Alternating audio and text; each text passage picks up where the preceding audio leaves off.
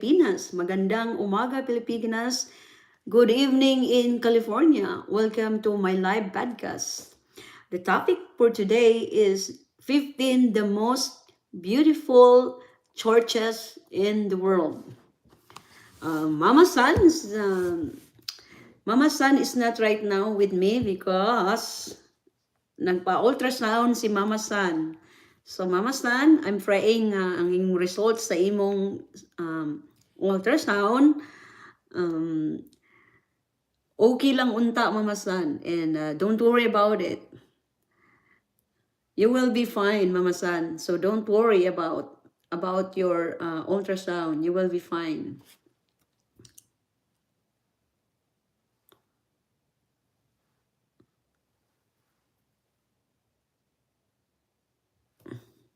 So, BVG, she is not with me because ingon siya, magtanaw lang daw siya og computer. So, ako na lang mag-isa.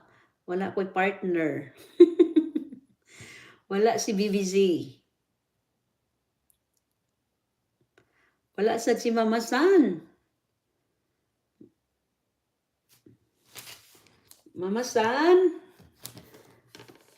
don't worry, Mama San, kay okay ra ang results sa imong ultrasound. Let's everyone pray for Mama San na okay ang iyang ultrasound. Kay naman ko siya kidney, no, si Mama San. Na.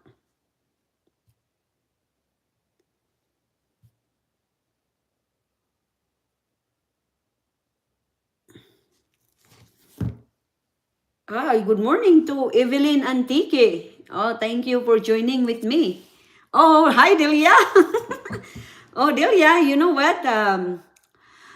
BBZ, I asked her if she wants to join with me live, but she doesn't want to. She doesn't want to join with me right now. She said, Delia, that she wants to watch the computer, so that's why. So I want to force her. I said to her, if you come here in the guest room, you have to wear shorts. Yes, and she's eating the ice cream, Delia, the one that we bought. That's why. So Delia, you still didn't see the views, you know?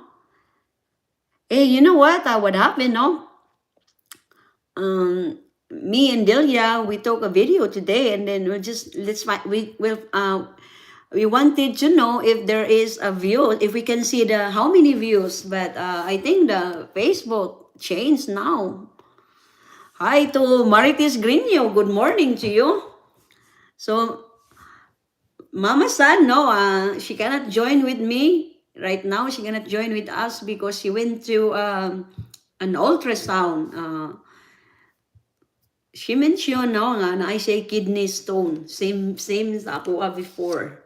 So, hi, Delia. Thank you, Delia, for joining with me, no.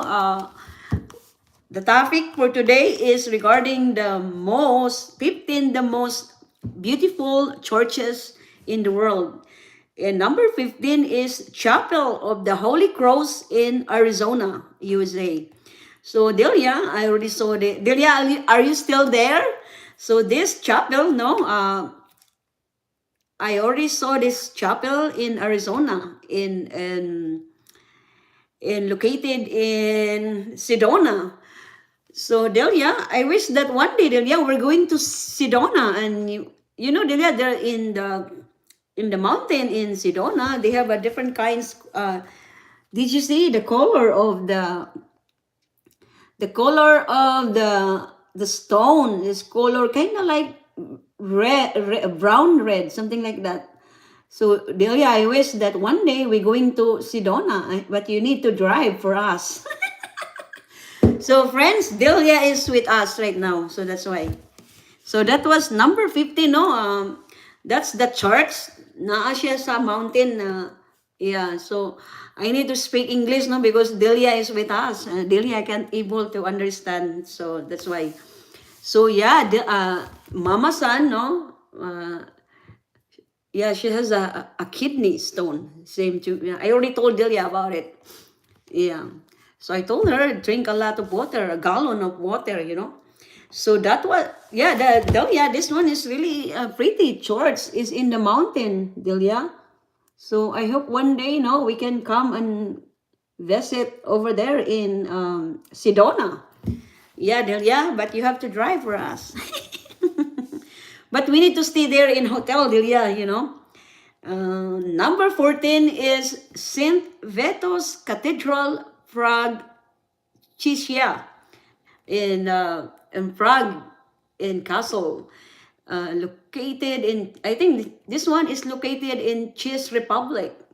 And this one is known for its spellbinding views, and one of its best is the view looking up to magnificent St. Vito's Cathedral, which sits within Prague Castle. So look, my God, it's really a beautiful church. That's the reason why one of the most beautiful churches in the world. That, Delia? So Maritis Grino, thank you for joining with me in Evelyn and TK. Yeah, so Heidi must be busy. That's why. Oh, you're waiting for Sebastian. So are you in school now, Delia? So Delia, are you in school? So good morning to Eugene Francisco. So are you now in school, Delia? So let me know, Delia, if you're going out. I mean, if you're not with us. So that's a beautiful church. Imagine, imagine one of the most beautiful church in the world. My gosh, it's like a castle. It's a castle type of a church. It's located in the Prague, Czech Republic.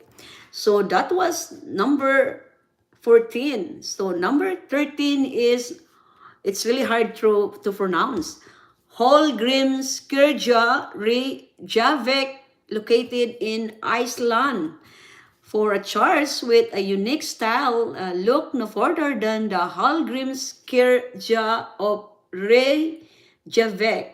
This modern church, which was finished in 1986, so it's not really as an old, sits on a hilltop overlooking the Icelandic capital. The shape of a church is said to have been along the coast. So good morning to Cecil Vidra. And this is the church, Delia. Well, friends, this is the church. Oh my. See? My gosh. It's look at it's the sharp, did you see the sharp? Like the roof, the building, it's very tall and sharp. And it's scary on the top, Yeah. Is that it's its form of like that, So that was number 13, located in Iceland. So number 12 is, I think there is also in Mexico, Delia. Number 12 is Saint Stephen's Cathedral, Vena, Austria. At the very heart of the Austrian capital, you'll find the gorgeous Gothic Saint Stephen's Cathedral. The church tower is beacon for those trying to find their way in the city. The roof of the cathedral is covered in marvelous patterns made by multicolored tiles, while the front of the building showcases its Romanesque origin. St. Stephen's dates back to 1147. So this one is an old church, but my God, look at the church. Isn't nice? Is located in Austria. There's no Philippines, not included.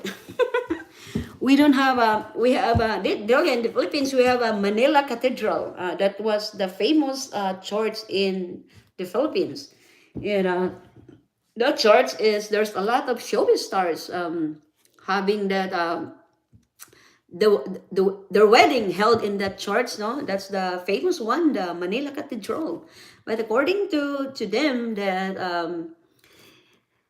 it seems like a bad luck, because if whoever like married on that church is broken up, Delia. So I don't know, no, the Filipino, there's a lot of superstitious beliefs, so that's why.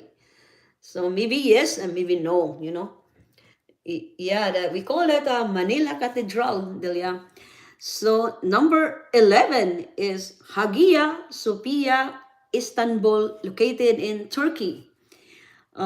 Among the list of churches, cathedrals, and basilicas, the Hagia Sophia in Istanbul is the only building to have also been used as a mosque.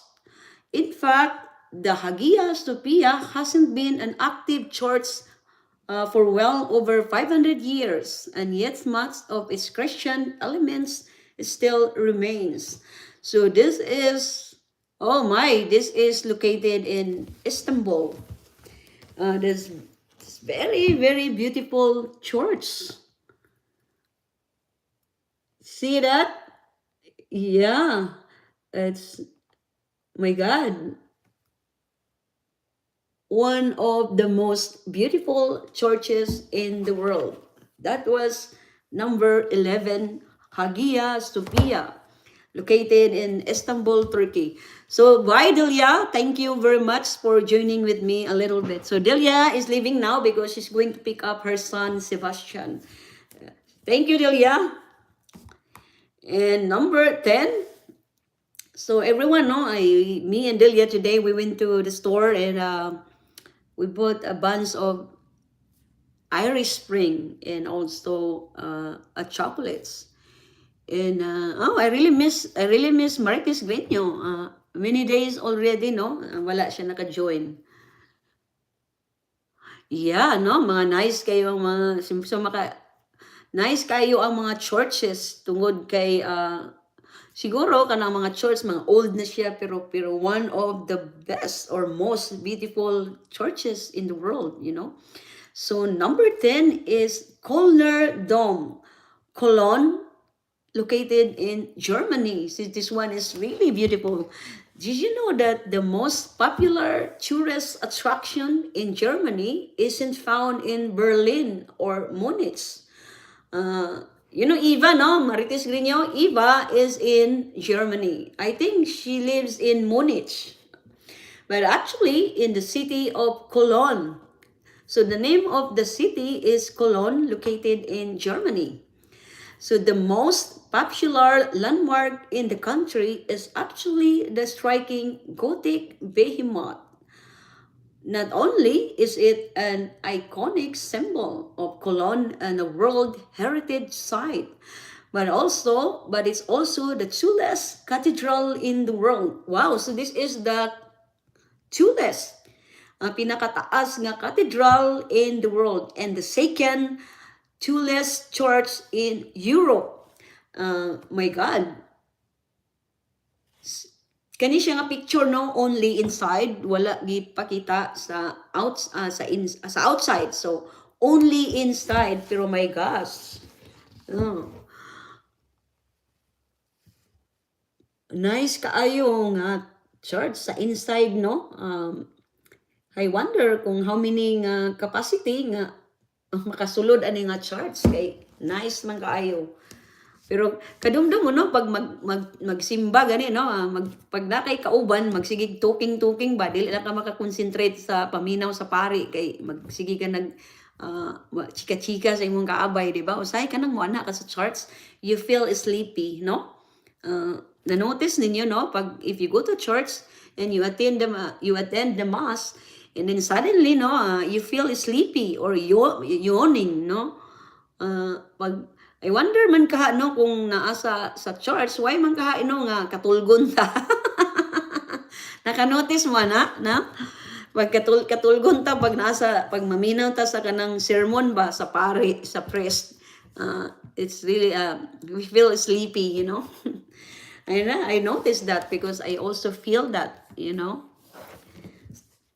So that was number 10. So number 9 is Cathedral, Basilica, Del Pilar, Saragosa, Spain. So this one is located in Spain or España.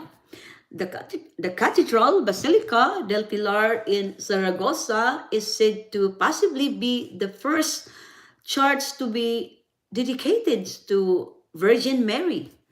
Uh, Lagi no, pag nasa pag magwali ang pare, no, magsige lagi chika-chika sa imong katabi, then wala nakaka-concentrate sa kachika sa pare kung say gisulti sa pare. And it's really true, you know. And this, what is again? So this church is this one is dedicated to Virgin Mary.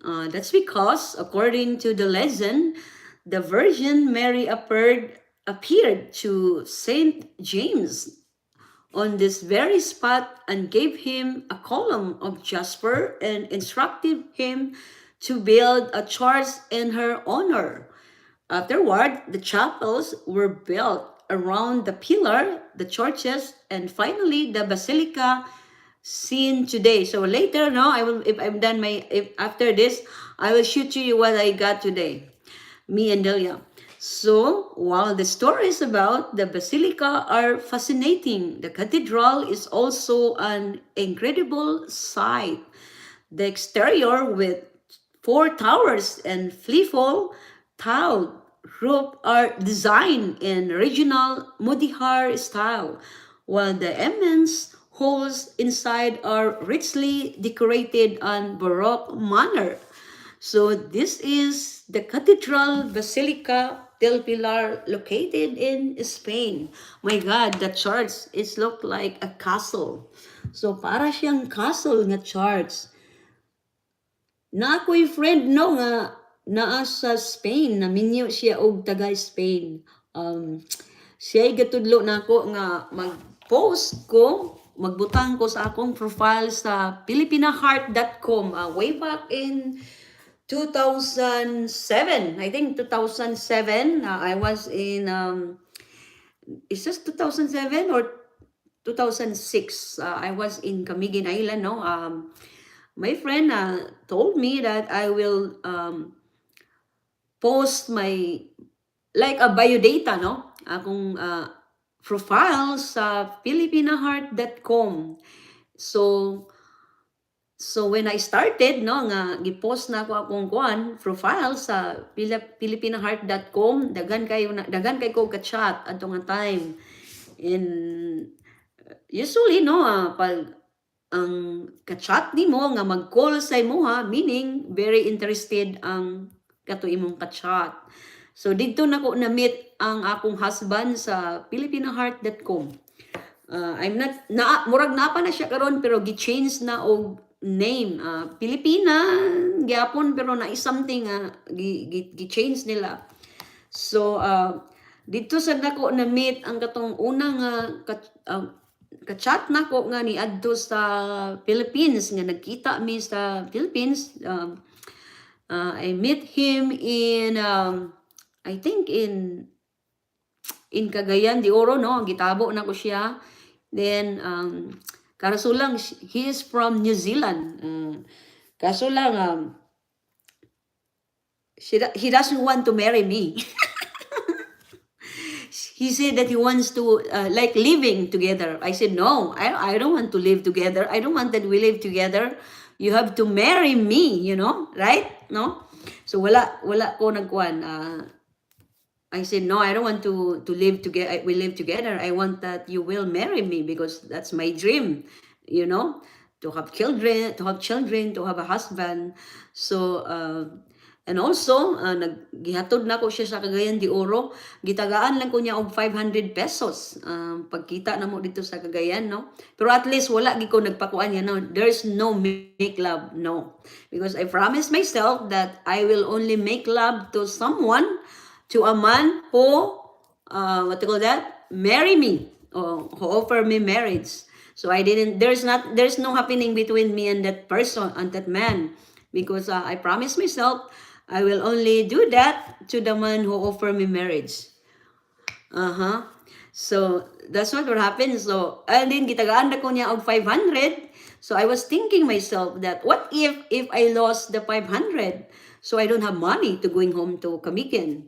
So the type of the person is not very generous, and also and that person also is we're fighting, no, we're fighting in when I was when habang nag-chat kami, no, parang na lahi yung character in he said to me that he doesn't like American. That's what he said. That's I remember.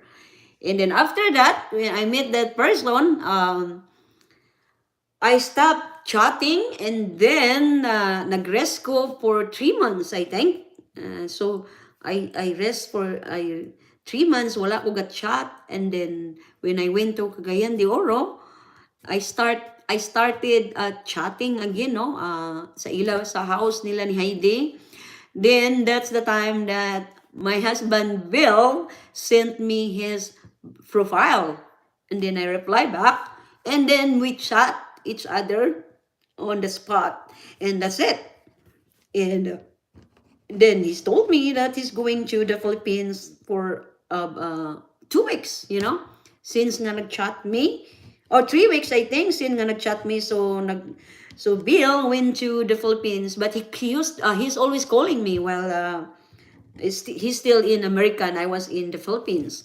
So he keep calling me, and then I said to myself, I feel myself that I think he is the one, and that is really true. And what happened is, so nakita kami sa Cagayan de Oro, no, ni Bill, dito sa, what you call that, sa airport sa Cagayan. So when we were in the cab or taxi, so I held his hand, no, kaning hand ako. I know, kanina yung hand ako. Wait a minute. Nakalimot ko. So I held the hand of Bill. And then that's magic. So that's it. Then nagpaingon din bisa, nagpakyaw mi og kanang car, no, paingon sa Kamikin. Then we were in the what they call that, in the boat. But Bill is working in the boat for about 10 years. He is a chef in the boat. So nagkita then nagstay siya sa Paras, and then I was there, but there's nothing happening between me and Bill at that time, no, when we first met, because I'm not that kind of a person. Because he knows already, no, if you want to marry me, that's but Bill is very respectful because he knows my beliefs. And then he asked me that what I would like to see to your parents. Then I said to him, it's up to you kung unsa isulti nimo sa akong parents. Then when we arrived at the house, he said to my tatay and nanay, I want to marry your daughter, and that's it. That Bill said, I was crying, no? I was crying in the kitchen because of course, no, I found the man for a very long time, no? I found a man that I'm looking for, and Marcus, no, I had a boyfriend before. It's a secret, I had a boyfriend, but it's not really as like a Bill, and I said to myself, oh, I found the man that I love, and that was Bill. And yeah, he said to my parents that I want to marry your daughter. And then after that, when he went to September 2008, no, nagkita mi, that was the first time, no, nga nagmeet ni Bill. Then ingon din siya sa kuha na we're going to Manila and we're going to US Embassy. Oh my God, I was crying, and I said to God, thank you, Lord, and I found the man of my dream, I said to myself. Then I tore around the church in Camiguin Island, that's what I did. When I found Bill, I turned around every churches in Camiguin Island. Then I candlelight, and I said to myself that, Lord, thank you, because I found the man that I dreamed, and I'm very, very happy and thankful, because I can tell that Bill is a good man when I first met him. skinny kay siya, niwang si Bill nga pag first met namo in 2008. Then so we went to Manila, then we went to US Embassy, and then nag-ask me og kanang papers kay he's going to file a papers for fiancé visa. So then before that, and so when he came back to America, and he bought a ticket because you know why?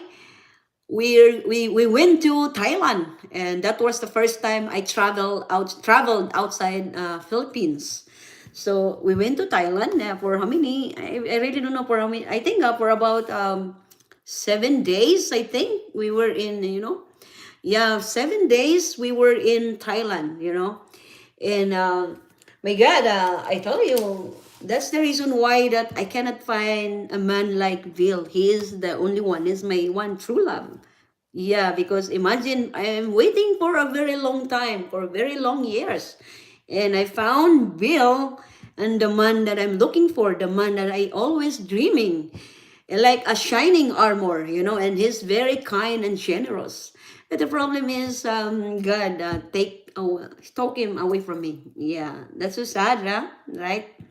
So let's go back to our topic, no? And number 8,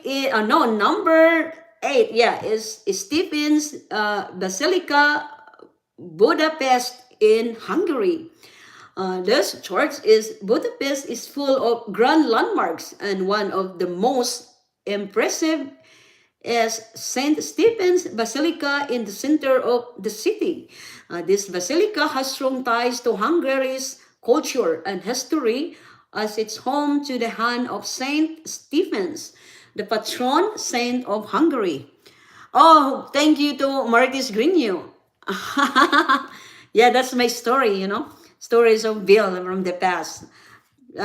Thank you to Marcus Grigno. I love you, and drive safe home.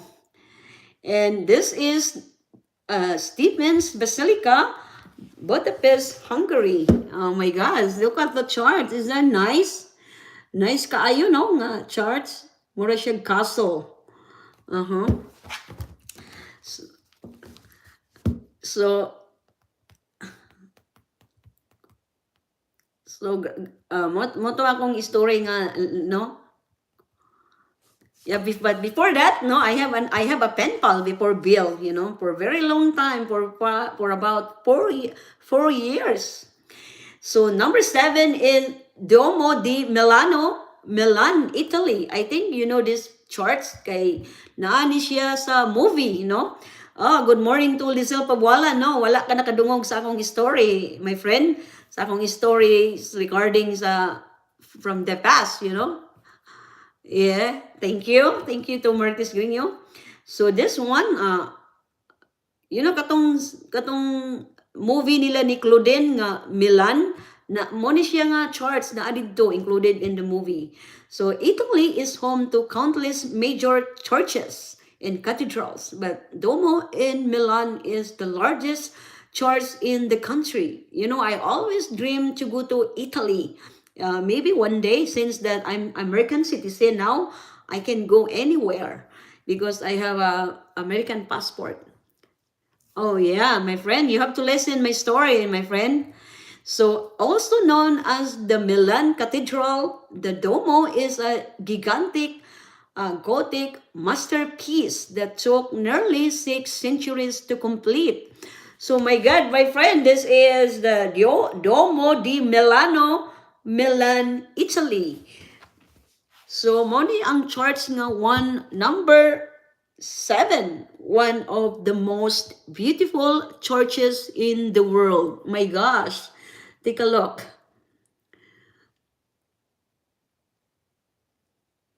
Grabe kay nga charts, no? Grabe kayo nga charts. My gosh, yeah, I wonder kung giunsa kanina ni pag-build kay tungod kay ang building sharp kaayo siya, no? Ang kuan niya very sharp. So my God, siguro dugay kay ni siya nahuman nga paghimo ni nga charts. Imagine for very long years, according to here, it takes too long to finish the charts. So that was number 7. So number 6 is this one is St. Peter's Basilica, Vatican City. So you know, no, the Vatican City, naa dito ang Pope. Ang Pope na to, no? Sa, if you are Catholic, if you're a Catholic, so si Pope naa sa Vatican City, the largest church in the world. So this one is the largest church in the world. Oh, it's of course also one of the most beautiful church. St. Peter's Basilica in Vatican City is the epic center of Catholicism. That is really true. And the Basilica in Vatican is sentro sa Catholic nga religion. So the Basilica is said to be the burial site of St. Peter, the flavored apostles of Christ, and so naturally has become quite a pilgrimage destination for devout Catholics. So moni ang destination sa mga Katoliko nga devoted kay sa Catholics, you know. They have been churches on the very spot since the 4th century. So this one is the most largest church in the world. The one in Basilica. In Vatican City. Grabe kay nga church, no? The largest. I wonder kung pila ka ang capacity ani nga tao nga mosulod ani nga church kay imagine the largest church in the world. Imagine. And one of the most beautiful churches in the world. So number 5 is St. Basil's Cathedral, Moscow, Russia. So this church is very colorful. So Eastern Europe is no strangers to magnificent churches. And St. Basil's Cathedral in Moscow is one of the most colorful, that's what I said, and prominent churches in the world. So this one is the most colorful and prominent churches in the world. Yeah, I'm sure, no? Yeah, my friend, yeah, I always dream to go to Europe, you know. In one day, maybe one day, I'm going to visit there because if I think the virus, no, naglay down ng virus, pero I heard nga somewhere in Europe na ay uban dito karon nga nagtaas na sad ang virus. So I'm not really sure, but hopefully, no, one day, especially pag pero gusto ko muuli og Philippines kay gusto ko mag-visit ni tatay, pero I don't know, no, kung unsay what you call that, requirements to going home to the Philippines because of the virus. Yeah. So I'm sure it's too much, no? Pag mag-uli ka, dagan kay og requirements na not like before nga makauli ka anytime nga walay mga requirements. But this time is different tungod sa virus.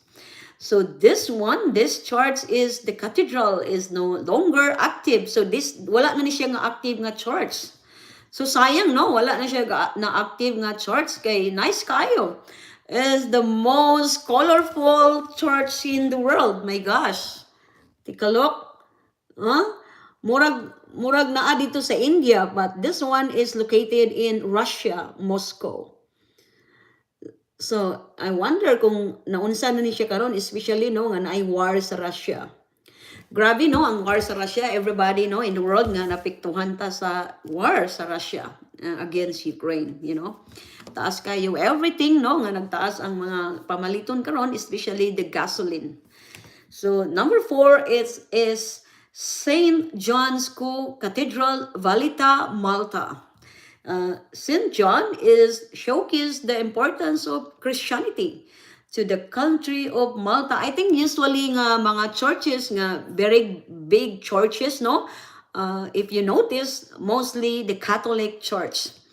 So this one, Malta, from the outside, is the 16th century cathedral. May not look like much, But take a peek inside and you're in for real surprise. The cathedral was renovated in the 17th century. So this one is Cathedral Valletta, Malta. Oh my, it's an old church, but one of the most beautiful churches in the world. And you will be surprised kung musulod ka daw sa inside. Kung naka sa inside na makita nimo nga nice kay sa sulod. Pero this one is only in the outside. Huh? So my friend, your employer no nag-adto na sa the one in Pope Vatican na dream na ko na my friend sa Vatican basta Europe area. So number 3 is Santa Maria del Fiore, Florence, Italy. That's one of my dream country too. So probably better known as Florence Domo. This majestic landmark dominates Florence skyline. The Santa Maria del Fiore took 140 years to finish, and together with the neighboring baptistery and Giotto's Campanile is a major part of Florence. So this one is located in Italy. You know, in that area, no, daghan kayo ang mga Catholics in that area. And also the Philippines, also one of Catholic country, you know. So, muna siya nga church, no, dito makita sa Italy or Italia. Yan, ako'y friend, no, nga singer siya dire sa Amerika. She is from Italy. She's an opera singer. So, number 2 is Notre Dame de Paris, France. I think murag mao ni siya nasunog, di ba? Nakadumdum mo ani katong naay nasunog nga church sa France. I'm not really sure, but it's kind of look-alike. So wildly agreed to be one of the most beautiful Catholic churches in the world. The Notre Dame suffered serious, that's what I said, serious damage to its roof when it caught fire in April 2019. Yeah, that's what I said. Nakot ni nasunog siya nga church. Well, remains closed for up to 5 years. So 19, 20, 21, 22. So it's still closed because it remains 5 years. And this one is, unfortunately, this means tourists will need to wait to admire the cathedral. So you have to wait for 5 years nga makasulod gani nga church. Kay last 2019, kani nga church, nasunog siya. So mao ni siya, no, nga church. Nice kayo, located in Italy also. France, no? Mao ni siya nga church nga nasunog siya. 2019. So at least no walay mga namatay, di ba? Ang problema kung nasunog nga naipatay ba. So this one is the most beautiful, my gosh. Sagrada Familia, Barcelona, Spain. I'm sure no nakadungog na mo ani nga mga nasa movies, no? Murag na ganini sa movies nga katong sa ila ni isa nang naa sa mga bata gani nila ni Catherine Bernardo mo nag-shooting sila didto kani siya nga church. So Sagrada Familia, Barcelona, Spain. One of the world's most famous churches is known just as much for being unfinished as it's for incredibly beauty. Construction of the Sagrada Familia started in 1882. Oh my God, this church is really, really beautiful. Grabe kayo ang architect ani, napaka-genius. In 82 and it's completely incomplete to this day. So wala na complete ni siya nga church. The architect who designed it, Anthony Gaudi, died before his vision. So that's the reason nga wala siya naman tungod kay ang architect, he passed away. So that's the reason. Despite being unfinished, this modernist basilica is dazzling sight, especially from the inside. So this one only outside, my God, I think this is the most beautiful church for me I've ever seen. Only here in the picture. Grabe kayo nga charts. Moni ang pinaka number one nga pinaka most beautiful church in the world, you know? My gosh. Yeah. So that's it, you know? So my friend, no, so Lisel Pabualan, yeah, oh, I know. Probably, no? Hi to John Arlan Tardy, early Tardy. I'm sorry, early, no? I just finished my topic today, but thank you early for joining with me, no? Change ni early ang iyang name, so that's why. Yeah, you know what? Siguro no kung wala namatay ang kuan katong what they call that, the architect, siguro siguro nice siguro kay gid siya, very beautiful gid siguro siya nga church kay kuan man katong sa picture lang gani di ba sa gawas gani nga nice kaayo, how much more kung nahuman ng church, pero sayang kay na unfinished siya tungod kay namatay ang architect. So mo ni akong gibay today, daghan kay akong gibay, no? Iris ring ni siya, 20 bags. Why your hand? Be careful, you're in the camera. Yeah, so nagbuy ko og mga chocolate para ibutang nako sa box kay ihatag nako sa mga subscribers nako nga sige tan-aw nako og tan-aw nako si Arlene Melandres, no, si Lisel ang imong sister. Apilan man akong hatag ani na kani siya nga mga chocolates, tagaan ako ang mga sige tan-aw nako sa kuan may mga kuan, matagaan ako adto nga mga kuan. So akong isulod ani nga plastic nga kini siya. Dako man then muni siya yung sudlanan ako, then butangan lang din ako og names para kuan daghan kay akong butagaan, no, kuan pila ka buok katong side sa ila ni Heidi sad katong mga side taga diha Cagayan de Oro, mga Cagayan then sa Camiguin sa Manila.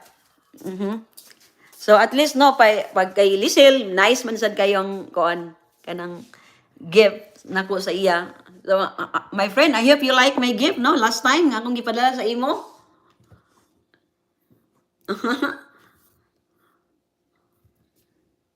I'm sure my friend makahumot na imong sister ani, you know. Yeah so si Early, no, na appeal man si Early sa lista sa list. Yeah. Si Early magtanaw sila ni Edita katong mga magtanaw na ko all the time, you know. Yeah, so sa kay para lapi inot, no, nasa ko'y gift sa iyaha na kabalo na siya, my friend. Dungan na kong buy ito ko tong last time nga nag-buy ko. So everyone, no, yeah, so ang Irish Spring yun mo ay humot, mas humot gid kayo ang Irish Spring kay murag makuan man gud. Of course, my friend, no, adto man siya sa Marina. I said, what are you doing in Marina? Nagkuan daw siya og pambot. You're welcome early, no. Katong nagsigig watch ako mo ipadalhan ako on side sa Cagayan de Oro na mo na akong gikuan, no, katong sa dito sa sila sa ila ni Cecil Vidra, naasad akong ikuan nga apel sa dito ang si Susan dito na ko isulod sa ilang box kay nakoy mga curtains nga ipadala para dito ni Susan sa akong house sa Manila. So na curtains na ko ipadala ibutang sa box. So everybody, no, thank you very much. I'm happy, no, nga nag-join mo sa kuan na yesterday supposedly nga mag-live unta ko, pero ingon man ni Bibi nga, mom, I don't want to do live because I'm tired. Usa ako na siya ubanon karon mag-live tungod kay kanang para dili siya sneaky man gud siya mag-adto sa akong closet. So mao na. So you know naghatag na pud ko og mga Irish Spring, naghatag ko Irish Spring sa Cebu. Daghan kay ta kong gipadala, no? Mga almost 200 something, maybe 200 or more than. Naghatag ko og Irish Spring sa ilaha dito sa subscribers nako sa Cebu, gipadala nako ni Shannon. Hi to Shannon, no, Shannon Atienza, and also to Fame Faith Lucagbo. Yan, nakapadala ko dito sa ila. So now I'm also sending to Cagayan de Oro, and also the one in Kamigen, ang uban nga subscribers nga, especially nga always mo tanaw sa kuha. Muna.